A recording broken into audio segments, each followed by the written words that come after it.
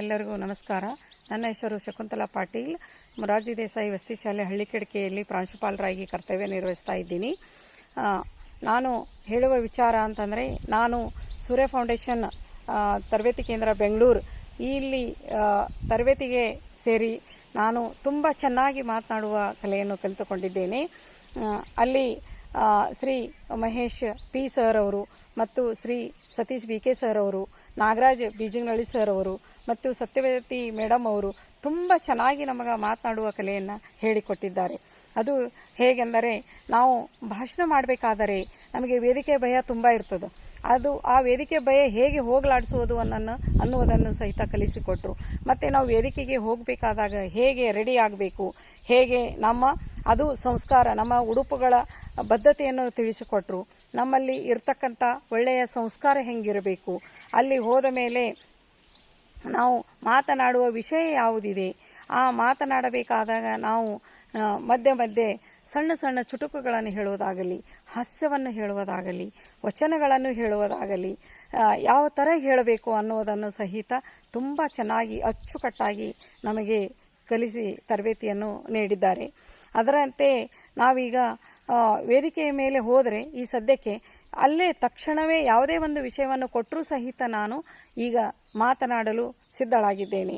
ಯಾವುದೇ ರೀತಿಯ ನನ್ನಲ್ಲಿ ಭಯ ಇಲ್ಲ, ಆತಂಕ ಇಲ್ಲ. ಇದು ಎಲ್ಲದರ ಫಲಶ್ರುತಿ ಅಂತಂದರೆ ನಮಗೆ ಸೂರ್ಯ ಫೌಂಡೇಶನ್ ತರಬೇತಿ ಕೇಂದ್ರ ಬೆಂಗಳೂರವರು ತರಬೇತಿ ನೀಡುವುದಕ್ಕಾಗಿ ಅವರಿಗೆ ತುಂಬ ತುಂಬ ಧನ್ಯವಾದಗಳು. ಅದಕ್ಕೆ ಆತ್ಮೀಯ ಸ್ನೇಹಿತರೆ, ತಾವು ಎಲ್ಲರೂ ಸಹಿತ ಈ ತರಬೇತಿ ಕೇಂದ್ರಕ್ಕೆ ಸೇರಿಕೊಂಡು ತಾವು ಸಹಿತ ನಗುತ್ತಾ ಚೆನ್ನಾಗಿ ಮಾತನಾಡುವುದನ್ನು, ವೇದಿಕೆಯ ಭಯದಿಂದ ಹೊರಗೆ ಬರುವುದನ್ನು ಕಲಿತುಕೊಳ್ಳಿ ಅಂತ ಹೇಳ್ತಾ ಇದ್ದೀನಿ. ನಾವು ಶಾಲೆಯಲ್ಲಿ ಮಕ್ಕಳ ಜೊತೆಗೆ ಮಾತನಾಡುವುದು, ಮನೆಯಲ್ಲಿ ತಂದೆ ತಾಯಿ ಎಲ್ಲ ನಮ್ಮ ತಂದೆ ತಾಯಿ, ಅತ್ತಿ ಮಾವ, ಮಕ್ಕಳು ಮರಿ ಎಲ್ಲರ ಜೊತೆಗೆ ಹೇಗೆ ಮಾತನಾಡಬೇಕು, ನೆರೆಹೊರೆಯವರ ಜೊತೆಗೆ ಹೇಗೆ ಒಳ್ಳೆಯ ಸಂಬಂಧವನ್ನು ಇಟ್ಟುಕೊಳ್ಳಬೇಕು, ಮತ್ತು ಶಾಲೆಯಲ್ಲಿ ಶಿಕ್ಷಕರ ಜೊತೆಗೆ ಹೇಗೆ ಬಾಂಧವ್ಯವನ್ನು ಹೊಂದಿರಬೇಕು, ಅವರ ಜೊತೆಗೆಲ್ಲ ಎಷ್ಟು ಚೆನ್ನಾಗಿ ನಾವು ಮಾತನಾಡಬೇಕು ಅನ್ನುವುದನ್ನು ಸಹಿತ ಕಲಿಸಿಕೊಟ್ಟಿದ್ದಾರೆ. ಇಲ್ಲಿ ಮಾನಸಿಕವಾಗಿ ಸದೃಢರಾಗಿರಬೇಕು.